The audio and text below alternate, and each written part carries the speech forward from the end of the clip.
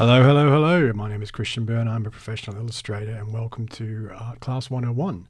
This is part one of a series on focusing on anatomy, starting with a stickman. So it's drawing people for absolute beginners. You need no experience whatsoever. Now you're probably wondering, why is Skeletor on the screen? Well, this is something I'm working on for fun. And also, Skeletor's better looking than I am, which is good. I don't have to show my ugly mug on the camera, at least not yet. So the first thing we'll be looking at is this grid pattern I have here.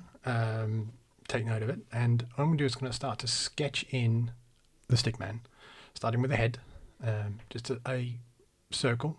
Doesn't have to be very good, which is good because mine isn't. And drawing some lines here that's focusing on the bottom here. This is actually the hip area, and then across here, this is where the shoulders are going to go. Across there. Here we go. Now you'll probably notice some little lines. That line there is the bottom of the chest, and that is the belly button. Okay? These little circles here is the ball joint of the shoulder. And just put them in there, and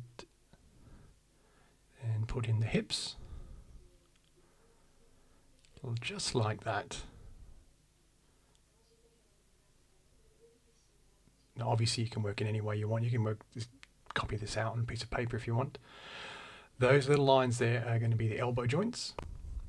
And then I'm going to put in the knee joints. And top of the arm, forearm, and then hand. Or a triangle representing the hand. And down like that. And there we go. Now, these lines are going to go in. There is a reason for that, because the femur does angle inwards slightly. And then the lower part of the leg and the feet.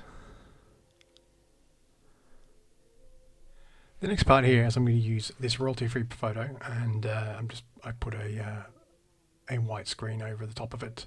You can use some tracing paper as well, and I'm going to copy that stickman, looking for the points on this person's anatomy. So this way you can see where the ball joint is of the shoulder. You can see the spine across the shoulder blade, and you get used to seeing where all these points are.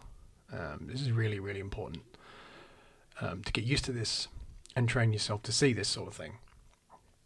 And this is a really, really good exercise because you can do it over anything. You just get a page of that magazine, print something off the internet, just draw over it and get used to doing it, because it will train your visual memory on the right proportions and sizes. So just put in there. And then we put his hip in.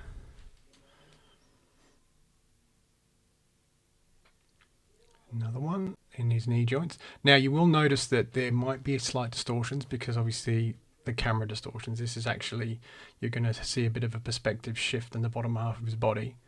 But that's fine. That doesn't matter. Just look for the points, like the knees, the ankles, the wrists, and so forth. This next one here is a little bit more animated, which is good, because you get used to looking at the way parts of the body sit when someone's moving. So obviously one shoulder is higher than the other because he's in a very, very dynamic pose. And again, you're going to see some kind of bizarre little perspective distortions, but don't worry about that. That's fine. Just rough it in. This is an exercise. This is just simply to get you used to placing things in the right place. And one more here.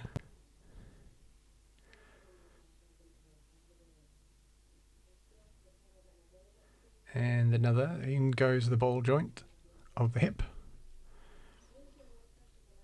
Across there to the knee. And you'll notice that that I'm angling the knee along the way that the knee actually pivots as well, which is good.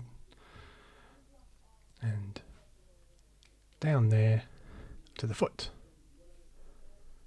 And there we go. Nice and easy, anyone can do it. Now back to Skeletor. So you can see the picture here we saw before, and I'm just going to strip away the layers on the Photoshop document here, and there's Stickman with all the anatomical points I need. I now know where his chest is, his belly button, his shoulders are, his wrists and his elbows, and I put it back on, and then color wash, work in progress, and here is the completed Skeletor. So yeah, there we go. It all starts with the fundamentals. Never forget that. Don't forget to subscribe, ring the bell icon, and you can find me and the links below. Thank you very much. I'll see you next time with part 2 of how to draw people for absolute beginners. Bye.